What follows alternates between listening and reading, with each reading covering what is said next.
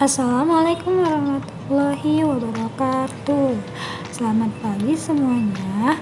Gimana nih kabar kalian semua pagi ini? Baik semuanya? Alhamdulillah. Oke. Sekarang sebelum kita lanjut pembelajaran, alangkah baiknya kita berdoa terlebih dahulu. Oke, berdoa akan dipimpin oleh ketua kelas. Oke, sekarang Ustazah absen terlebih dahulu ya. Untuk yang tidak hadir, siapa di kelas ini? Oke, Yusuf izin ya, izin sakit. Oke, kemudian yang putri ada Kelani dengan Aul, izin kenapa? Izin pulang. Oke, izin pulang. Oke, sekarang sebelum kita belajar, langkah baiknya rapikan dulu kursi kalian dan kita sama-sama fokus untuk belajar. Oke, pada materi kali ini saya menggunakan pendekatan saintifik, metode diskusi, tanya jawab, dan ceramah. Model pembelajarannya yaitu PJBL atau Project Based Learning. Untuk alat dan media, alat yang kami gunakan yaitu ada bahan-bahan untuk praktikum, kemudian medianya yaitu ada LKPD, pembelahan sel atau lembar kerja peserta didik pembelahan sel. Untuk tujuan pembelajaran materi kali ini, diharapkan peserta didik mampu mengetahui macam-macam fase dalam pembelahan sel. Kemudian, peserta didik mampu mengetahui ciri-ciri dari masing-masing fase tersebut. Yang terakhir, peserta didik diharap mampu menghasilkan karya yang berkaitan dengan pembelahan sel.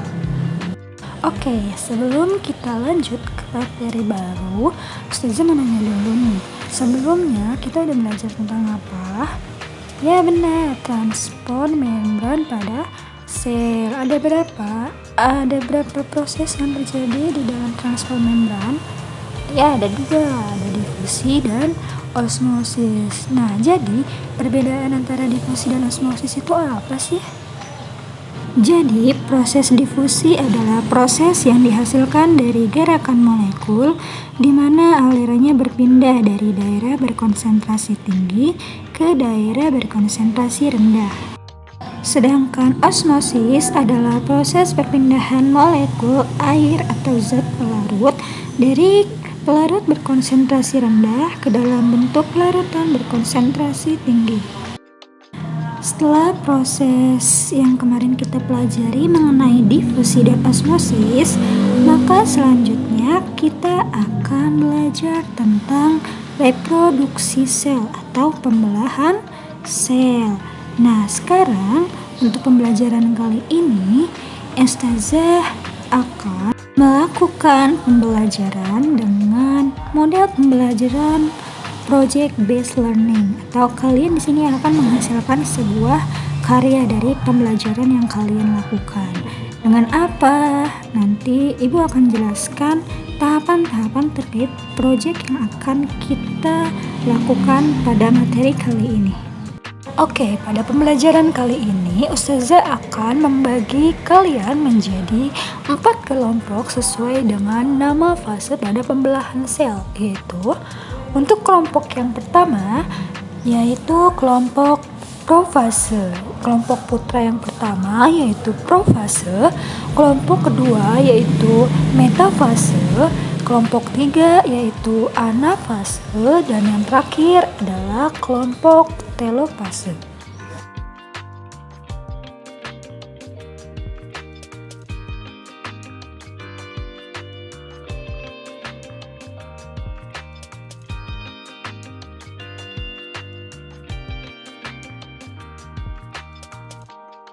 Oke, pada proyek kuliner pembelahan sel kali ini, bahan-bahan yang harus kita siapkan yaitu ada margarin, meses warna-warni, roti tawar, tusuk gigi, piring cantik, dan juga LKPD. Oke, sekarang lanjut ke pembahasan untuk tahap-tahap pembuatan karya kuliner pembelahan sel. Untuk tahapan yang pertama, peserta didik diarahkan untuk berdiskusi dengan teman kelompoknya masing-masing terlebih dahulu terkait konsep yang akan dipakai untuk pembuatan karya dari fase yang telah ditentukan. Untuk tahap yang kedua, perwakilan dari kelompok mengambil bahan-bahan yang telah disediakan di depan kelas. Untuk tahapan yang ketiga, masing-masing dari anggota kelompok membagi tugas untuk menyelesaikan karya tersebut dan juga dalam menyelesaikan LKPD yang telah diberikan oleh guru. Pada tahap keempat, peserta didik mulai mengembangkan kreativitasnya dengan membuat karya pembelahan sel dengan menggunakan roti, lalu roti tersebut diberi hiasan sesuai dengan gambar dari masing-masing fase dengan bantuan meses warna-warni dan dibentuk sesuai dengan gambar masing-masing fase tersebut. Untuk tahapan yang terakhir, setelah karya tersebut selesai, maka masing-masing dari kelompok akan diminta untuk mempresentasikan hasilnya dengan mencantumkan ciri-ciri dari fase yang telah mereka buat tersebut dengan melihat dari hasil karya pada gambar roti tersebut.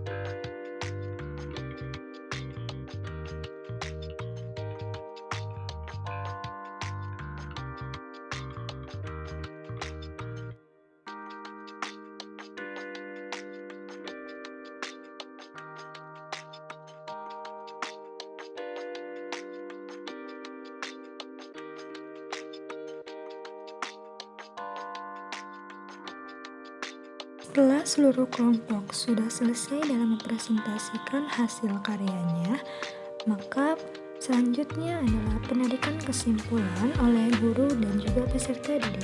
Untuk kesimpulannya, pada tahap profase ditandai dengan mulai menghilangnya membran inti, benang kromatin mulai mengalami penebalan dan pemendekan membentuk kromosom. Peristiwa yang terjadi saat tahapan ini, benang kromatin menjadi kromosom, lalu kromosom mengganda menjadi 2 kromatid, tetapi masih dalam 1 sentromer.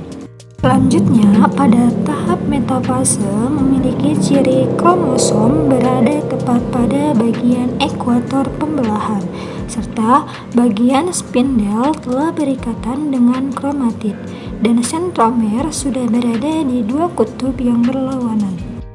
Kemudian, tahapan anafase ditandai dengan sentromer mulai berpisah dan bergerak ke arah berlawanan menuju kutub masing-masing. Kemudian, benang spindel menggerakkan kedua kromosom yang berpisah ini menuju kutub berlawanan, meninggalkan bidang pembelahan. Kesimpulan yang terakhir tentang telofase ditandai dengan datangnya kromosom anakan di kutub spindel, terbentuknya membran inti baru, dan menghilangnya benang spindel yang terjadi selama fase ini.